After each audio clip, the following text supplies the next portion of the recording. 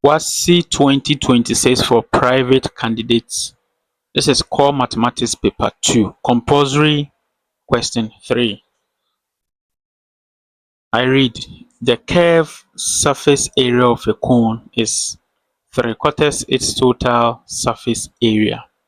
So they've given us the relationship that exists between the curved surface area of a cone and the total surface area. So we have our cone. This is our three-dimensional shape, which is a cone. And you know that basically a cone has two areas. It has the curved surface area. So this is the curved surface area of a cone.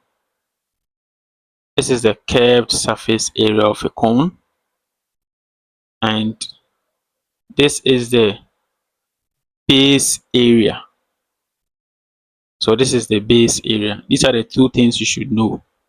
This is the curved surface area of a cone, and this is the base area of a cone. Now, these straight lines here are called the slant height. This is the slant height of the cone, normally represented as L. So this is L. L represents the slant height of the cone. And then this is where we can locate the base radius, which is also the radius of the cone. The radius of the cone.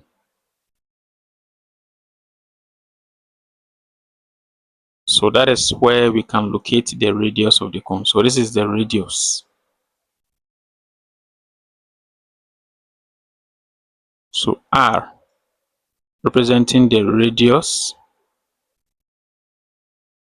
of the cone.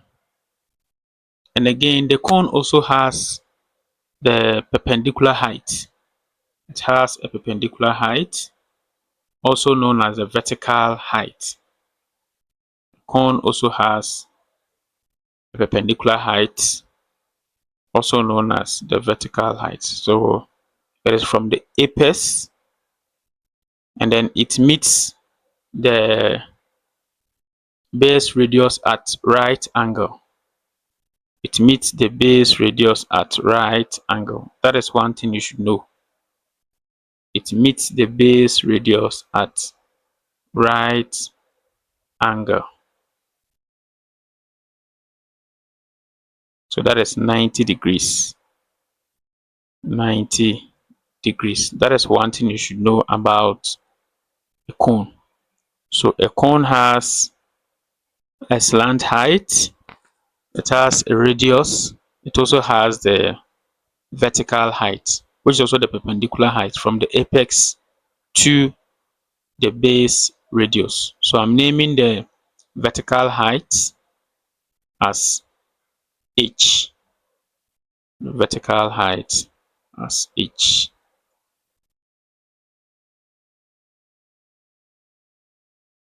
So now back to the question. Now there is something that we should also know, that is to calculate for the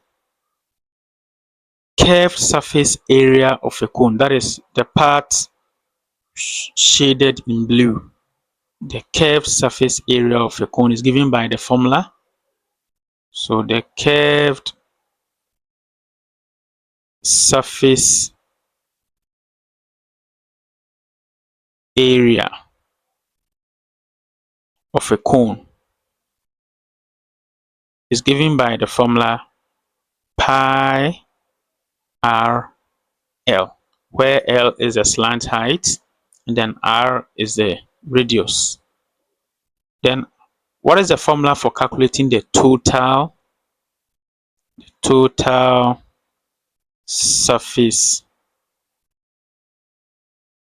area of a cone? So the total surface area of the cone is the sum of the area of the curved surface plus the area of the base. And we could clearly see that this is the curved surface area. The curved surface area is given by the formula pi RL plus the base area, which is painted in red. You can see that the base area is in the shape of a circle, and then the area of a circle is given as pi r squared. So this is the total surface area of a cone, pi RL plus pi r squared. We can also simplify this. We know that we have some common term, pi r and then pi r. We can factorize pi r out, leaving L plus R. So we are going to use these formulas to solve this particular question. So there is a formula for calculating the total surface area of a cone. That is pi r multiplying L plus R. So now let's start. So this is all that we need. This is all that we need in order to solve this particular question. Okay, so now the curved surface area of a cone. We all know the formula for calculating the curved surface area of a cone. The curved surface area of a cone. So the curved surface area of a cone is 3/4. So 3/4 is a common fraction, which written as 3 out of 4. So 3/4 its total surface area. So I'm using TSA to represent the total surface area of a cone. So now let's do the substitution. First one, curved surface area. So curved surface area of a cone is given by the formula pi RL, and this is 3/4 of the total surface area. The total surface area of a cone is given by pi R multiplying L plus R. So we know that R, which is the radius of the cone, has been given as 7 centimeters. And then we are also to take pi as 22 on 7. So now let's do the substitution and solve for L. So in place of pi, we have 22 on 7. In place of R, we have 7 multiplying L. And this must be equal to 3 out of 4 pi 22 on 7 R, multiplying R, which is radius 7, and then the slant height, we don't know the slant height, L, plus the radius, which is 7. So what do we see? 7 and 7 can cancel out, leaving 22 by L, simplified as 22L. And this must be equal to 3 on 4. Again, you could see that 7 and 7 can cancel out, leaving 22 multiplying L plus 7. So now 22L being equal to 3 on 4 by 22. 3 on 4 by 22. We are multiplying. So these two will multiply and give us 33 on 2. 33 on 2, leaving L plus 7. So what is the LCM? You can multiply each term by the LCM. So once we multiply each term by the LCM,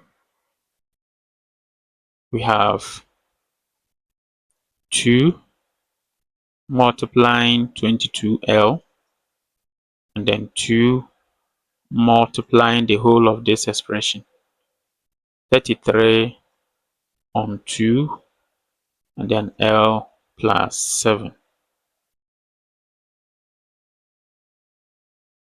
So 2 by 22L, 44L, and then these two can cancel out,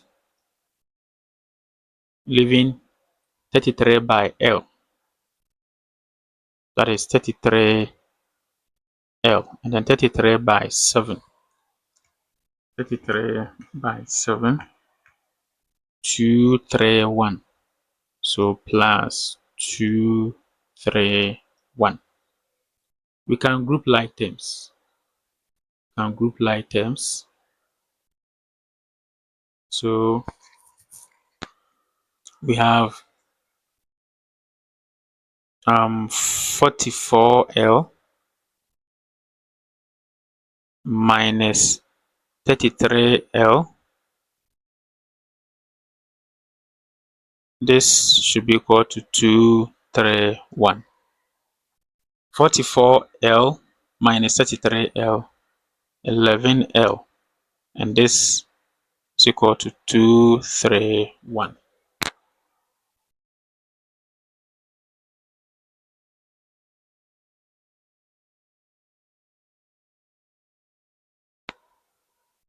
So 11L is equal to 231. We divide each side by 11. So what is L? 231 divided by 11, 21.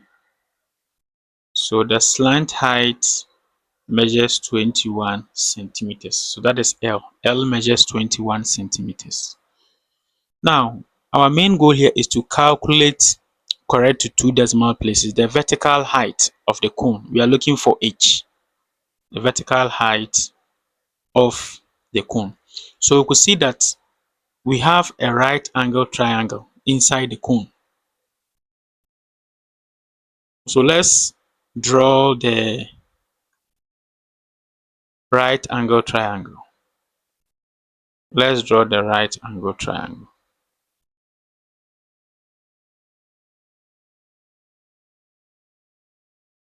Let's draw the right angle triangle.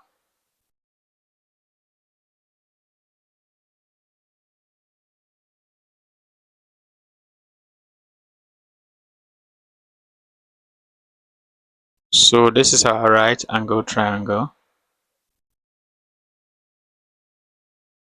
Remember, the angle here is 90 degrees. This is our slant height. So our L, 21 centimeters. Now our base here, that is the base radius. It was given in the question. R was given as 7 centimeters. So the radius measures 7 centimeters. Remember, we are looking for the vertical height. That is the perpendicular height, H. That is what we are looking for. We are looking for H.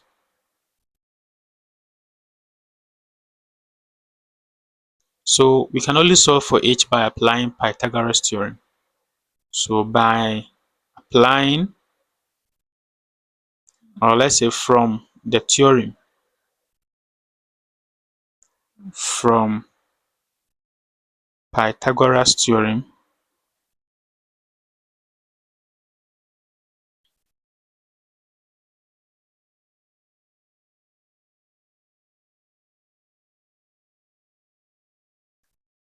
we know that this is the hypotenuse. So the square of the hypotenuse, which is 21 squared, is equal to the sum of the squares of the other two sides. So 7 squared plus h squared. So let's make h squared the subject for now. So we have 21 squared minus 7 squared is equal to h squared.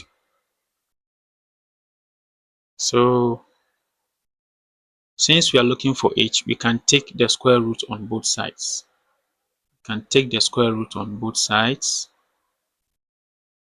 So let me repeat this. 21 squared minus 7 squared is equal to h squared. Square root on both sides. So square root on the left and then square root on the right. So once we do that, the square root and the square will cancel out, leaving h on the right, and then square root of 21 squared minus 7 squared. Okay, so 14 root 2. 14 root 2. But remember, we are asked to correct our answer to 2 decimal places. And now we are getting the height as 14 root 2. So 14 root 2 in decimals. 14 root 2 in decimals, that is 19.79, okay, 90. But then we want 2 decimal places. So 2 decimal places, the height is equal to 19.80 centimeters. So that is for the vertical height. The vertical height measures 19.80 centimeters.